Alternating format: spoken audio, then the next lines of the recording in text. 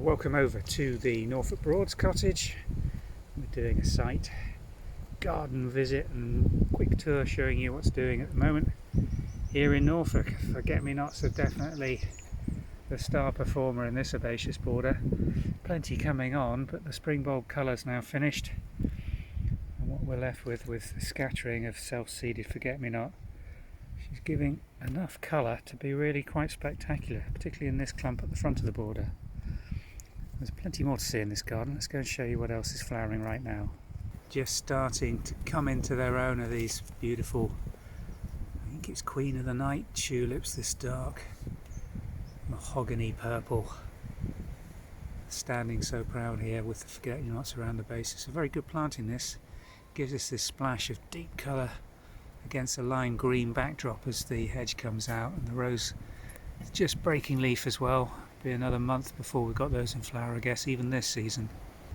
Planted tulips that we put into the tubs and planters on the back of the house, really doing very, very well. This is a lovely, full, thick double one, planted in amongst the Agapanthus that are the residents of these great containers.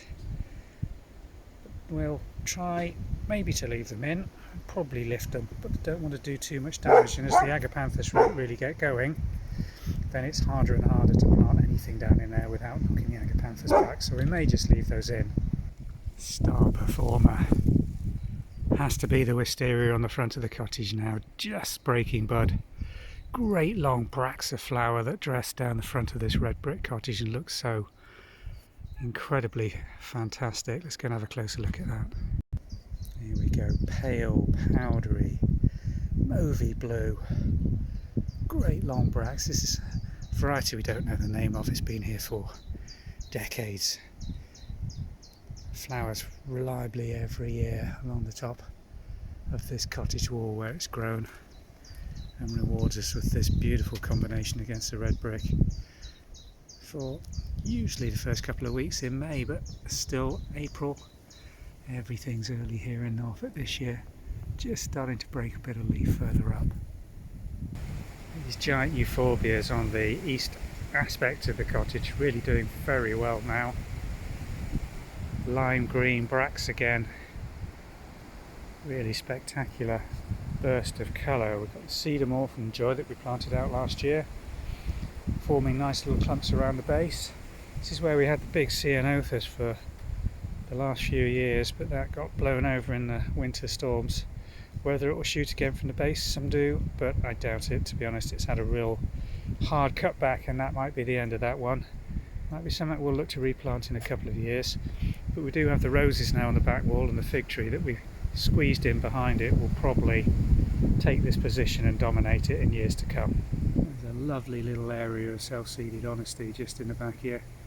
Need to get in and get the nettles out from around it, which I've just spotted doing equally well. Particularly good dark coloured one in the dappled sunlight under the old plum trees here in the herbaceous border. And above me, Camellia still going strong with a great volume of colour still, although I always think with camellias the browning of the flowers spoils them somewhat with the overall effect. Much better looking plants if they drop their petals when the flowers were spent, but still spectacular, isn't it? Another tulip that's planted out here and doing so well.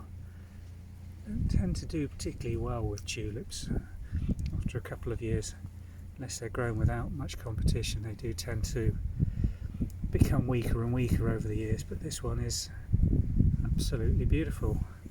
Again, can't tell you the variety, I'm afraid. Giving a real splash of colour in the foreground at the edge of this border. Planted again through self-seeded forget-me-nots and perennial cornflower just at the back. Again, already in flower in April. And just look, we did, I think, show you the hard prune we did on this Queen of Sweden rose, and just look at the vigour that's coming back on this. It's gonna be flowering later this season than it would have otherwise if we'd not given it the hard prune. But I think we're going to be rewarded later in the season, perhaps as early as June, with a spectacular flash on these new growths when it comes in. The garden's looking very good. Overall, Herbaceous borders have all been tidied and pruned very nicely. Braeburn apple trees flowering in the background, which is beautiful. The Amelanchier and pear trees all doing their thing. More camellias. Quite quiet on the river for a Sunday. Not a lot going by, which means these guys are chilling out and relaxing, which is nice for them in this beautiful spring sunshine. Well, thanks for watching. I hope you enjoyed this little tour of the garden here in Norfolk. Let's look at that sky. That's what you come to Norfolk for, the big blue.